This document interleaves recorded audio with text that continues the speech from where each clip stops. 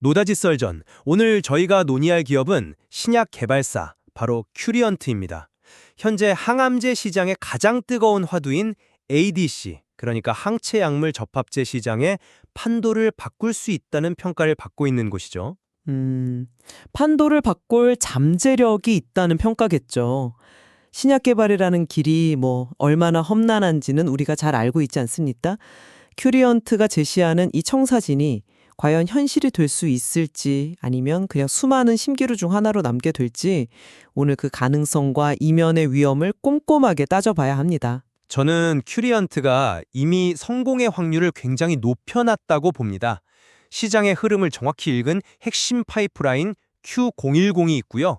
또 이걸 뒷받침하는 안정적인 포트폴리오를 통해서 게임 체인저가 될 준비를 마쳤다. 저는 이런 입장입니다. 글쎄요. 저는 그 안정적인 포트폴리오라는 것마저도 여러 가지 낙관적인 가정 위에 서 있다고 보거든요.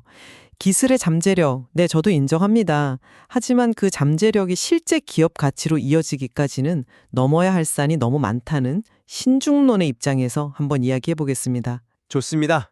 그럼 핵심인 Q010부터 시작해보죠. 현재 글로벌 빅파마들은 이 ADC 기술 확보에 거의 전쟁 수준으로 뛰어들고 있습니다. 특히 에너투라는 블록버스터 약물이 등장한 이후에 차세대 ADC의 핵심은 토포원 저해제라는 약물을 얼마나 잘 활용하느냐에 달려있게 됐거든요. 바로 여기서 큐리언트의 Q010이 등장합니다. 근데 큐봉10 자체가 토포원 저해제는 아니죠. CDK7이라는 다른 표적을 공격하는 약물이고요. 정확합니다.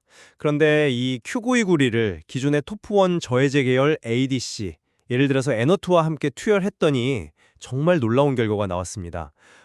물론 이게 전임상 데이터이긴 하지만 항암 효과가 최대 100배까지 증폭됐습니다. 그리고 더 중요한 건 독성은 오히려 크게 줄었다는 점이에요. 아니, 잠깐만요. 100배라는 수치는 굉장히 강력하게 들리긴 하는데 방금 말씀하셨듯이 이건 실험실 단계의 전임상 데이터 아닙니까? 동물 실험이나 세포 실험에서 나온 결과가 실제 인체 임상에서 그대로 재현될 거라고 기대하는 건 이건 좀 너무 앞서 나간 생각 아닐까요? 수많은 약들이 바로 그 단계에서 좌절되는데요. 물론 임상 결과는 지켜봐야 합니다. 하지만 이 데이터가 시사하는 바가 중요합니다. 기존 ADC 약물들의 가장 큰 골칫거리가 내성과 독성 문제거든요. Q9291은 이 두 가지 문제를 한 번에 해결할 열쇠가 될 수 있다는 겁니다. 이건 단순히 기존 약을 조금 도와주는 그런 수준이 아니고요.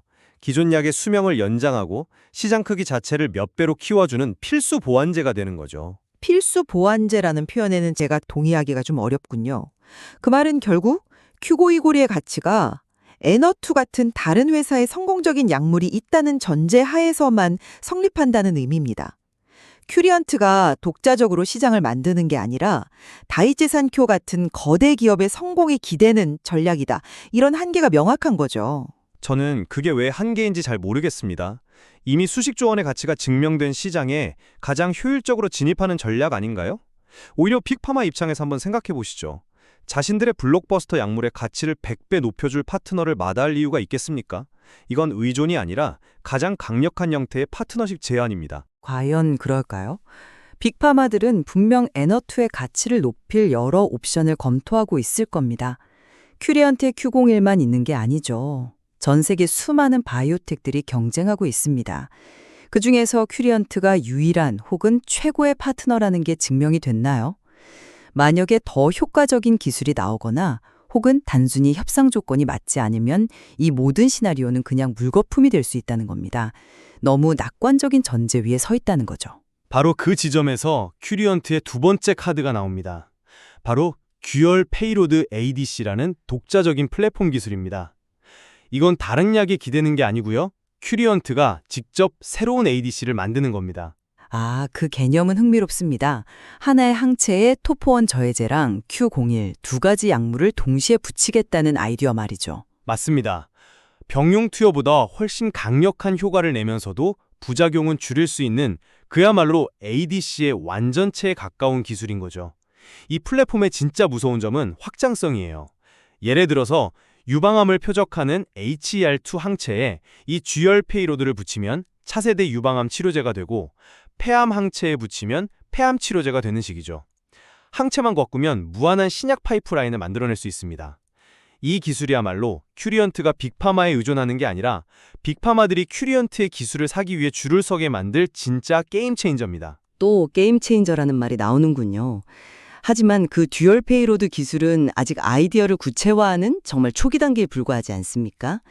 신약 개발에서 아이디어의 참신함과 실제 임상적 성공 사이에는 거대한 강이 흐릅니다. 지금은 병용요법의 성공부터 확실하게 입증해야 다음을 이야기할 수 있는 시점이라고 봅니다. 아직 존재하지도 않는 기술의 미래 가치를 너무 현재로 끌어와서 이야기하는 것은 아닌가 싶습니다. 저는 동의하지 않습니다. 빅파마와의 기술 이전 논의는 바로 그 미래 가치를 보고하는 겁니다. 현재의 병용요법 가치에 더해서 미래의 독자적인 플랫폼 가치까지 함께 평가받는 거죠. 이것이 큐리언트 협상력의 원천입니다. 그럼 그 협상력을 뒷받침할 현실적인 리스크는 어떻게 보십니까? Q901과 같은 이 CDK7 저희제는 개발이 아주 까다로운 약물입니다. 이미 5개 경쟁사 중에 3곳이 부작용 문제로 개발을 중단했어요. 왜 그들은 실패했고 큐리언트만 성공할 수 있다고 자신하는 근거는 무엇인가요? 아주 좋은 질문입니다. 핵심은 선택성에 있습니다. 경쟁사들이 개발을 중단한 이유는 CDK7 외 다른 CDK 계열 단백질까지 건드려서 예상치 못한 독성을 유발했기 때문이거든요. 하지만 큐리언트의 Q901은 오직 CDK7에만 매우 선택적으로 작용하도록 설계됐습니다. 이것이 임상 1상에서 보여준 뛰어난 안전성의 비결이고 경쟁사와의 근본적인 차별점인 거죠. 일상에서의 안전성이 후기 임상까지 이어진다는 보장은 어디에도 없습니다. 오히려 환자 수가 늘어나는 이상 3상에서 예상치 못한 문제가 터져나오는 경우가 허다하죠. 결국 Q901 하나에만 의존하기엔 리스크가 너무 크다는 결론에 이르게 됩니다. 다른 파이프라인들이 이 리스크를 정말 상쇄해 줄 수 있다고 보십니까? 당연합니다. 그래서 제가 포트폴리오의 중요성을 강조하는 겁니다. 큐리언트의 또 다른 핵심 파이프라인인 텔라세백을 보시죠. 희귀의약품으로 개발 중인 이 약은 2027년에 품목 허가가 거의 확실시됩니다. 거의 확실시된다는 말은 아직 100%는 아니라는 뜻이죠? 규제 당국의 최종 결정이 남아있지 않습니까? 물론입니다만 올해 3월에 발표된 임상 데이터를 보면 이야기가 달라집니다. 기존 약은 4개월에서 6개월을 복용해야 하는데 텔라세백은 단 2주 만에 치료가 가능합니다. 효과가 압도적이죠. 이 정도의 데이터를 가지고 규제당국이 승인을 거절할 명분을 찾기란 거의 불가능합니다. 중요한 것은 승인 시 확보될 현금입니다. 약 3천억 원 규모로 예상되는데 이 돈이 고위험 고수익 프로젝트인 Q901 개발의 든든한 버팀목이 되어주는 겁니다. 2027년에 들어올 3천억 원, 좋습니다. 하지만 지금은 2025년입니다. 앞으로 2년 동안 회사를 운영하고 Q901뿐만 아니라 Q702 같은 다른 약물의 임상을 동시에 진행하는 데 필요한 자금은 어떻게 마련할 건가요? 그 2년의 공백, 즉 자금 조달의 다리를 놓는 계획은 아직 불투명합니다. 미래의 가치를 현재의 안정성으로 착각해서는 안 된다는 겁니다. 그 부분은 이미 시장의 평가가 증명하고 있다고 봅니다. 작년에만 해도 CDK 저해제 시장에서 조단위 기술 이전 계약이 2건이나 성사됐습니다. 시장은 큐리언트가 가진 기술의 가치를 매우 높게 평가할 준비가 되어 있다는 명백한 신호거든요. 특히 기존의 시장에 나온 CDK 사력 저해제의 가장 큰 문제인 내성 문제를 큐리언트의 Q901이 해결할 수 있기 때문에 그 잠재력은 기존 딜 이상일 수 있습니다. 라이센스 아웃을 통해 단기적인 자금 문제를 해결하고 텔라세백으로 장기적인 안정성을 확보하는 투트랙 전략이 가능한 구조입니다. 그 모든 것이 계획대로 진행될 것이라는 가정 자체가 성공 편향적 해석일 수 있습니다. 텔라세백이 만에 하나 승인이 지연되거나 Q901의 기술 이전 규모가 기대에 못 미치거나 혹은 혈액암 치료제 Q702의 임상 이상에서 문제가 생긴다면 어떻게 될까요? Q702도 이제 막 임상 1상을 통과했을 뿐입니다. 대부분의 신약이 실패하는 죽음의 계곡이라 불리는 2상과 3상이 아직 남아 있습니다. 각 파이프라인이 독립적이라 괜찮다고 하셨지만 주력 파이프라인 중 하나라도 흔들리면 기업 전체의 신뢰도에 타격이 가는 것은 피할 수 없는 문제죠. 그건 모든 신약 개발사가 안고 있는 숙명적인 리스크입니다. 중요한 건 큐리언트가 그 리스크를 얼마나 잘 관리하고 있느냐는 거죠.